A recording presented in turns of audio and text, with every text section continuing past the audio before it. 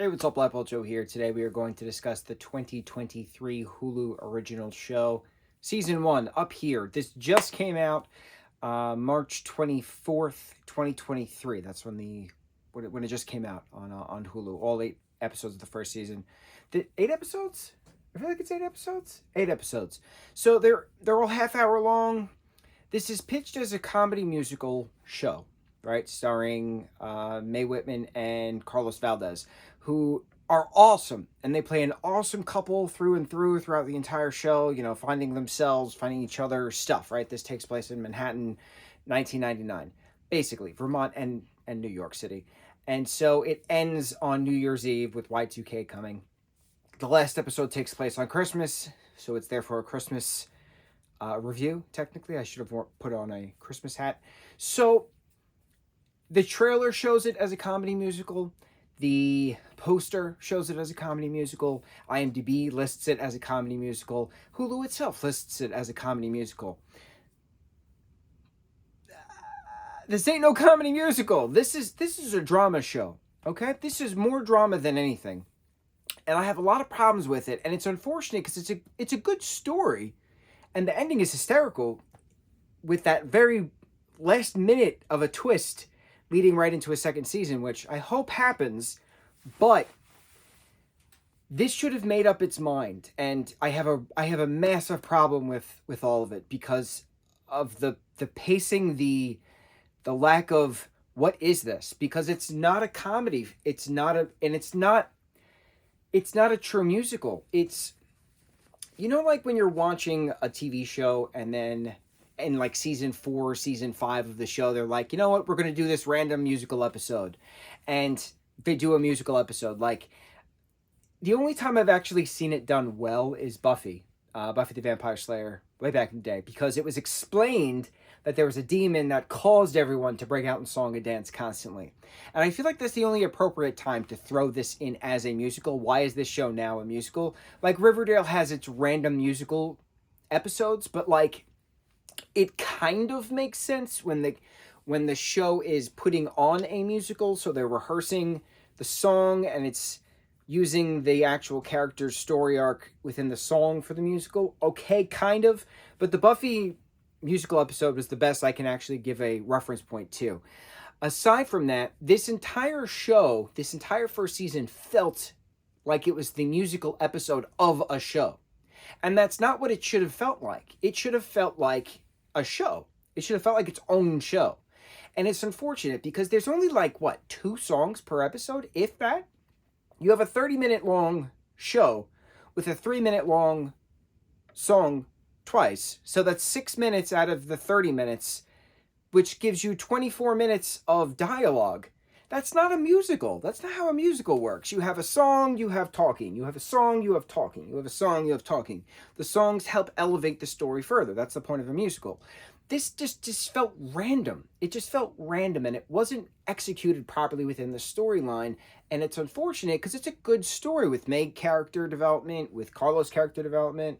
I mean, their character names are Lindsay and Miguel. But c'est la vie. Throwing in the 90s aspect to it.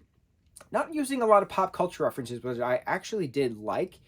And there's just way more drama. There's a lot of like real life stuff in this that is very dramatic. And there's crying constantly and a lot of apologizing and a lot of depressive things being revealed. Why am I leaving my fiance? My mother passed away. I'm still dealing with this stuff, right? Stuff. You have your random chuckle moments here and there.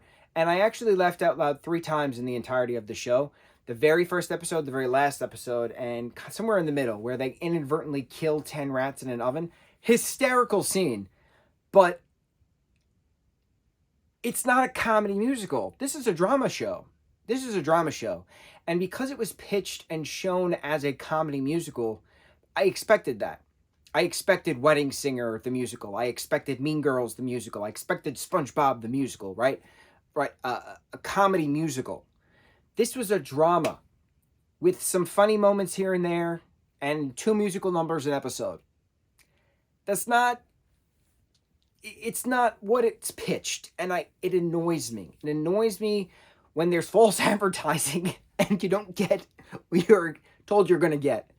And it's unfortunate because the talent did a phenomenal job with the material they were given. I loved the ending with the reconciliation and the twist and moving forward.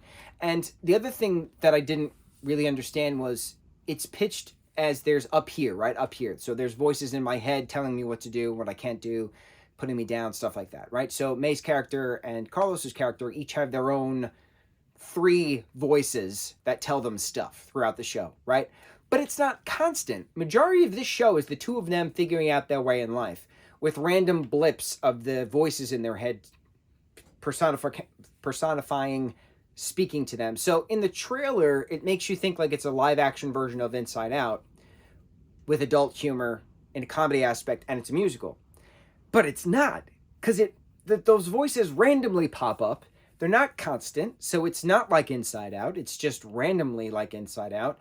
It's more drama than it is musical, than it is comedy, and it's more play than it is musical. It's unfortunate. That's the best way I could say it. It's unfortunate. It's getting mixed reviews. It's kind of in the middle of what everyone is talking about it, as I've noticed, and it's only been a day since it came out. I've never actually watched a show the day after it premiered, within a review standpoint, so this is new to me. But it's hard to champion this show when it was not executed based on the advertising. It's not what I was told it was going to. It's not what we were told it was going to be. Something completely different.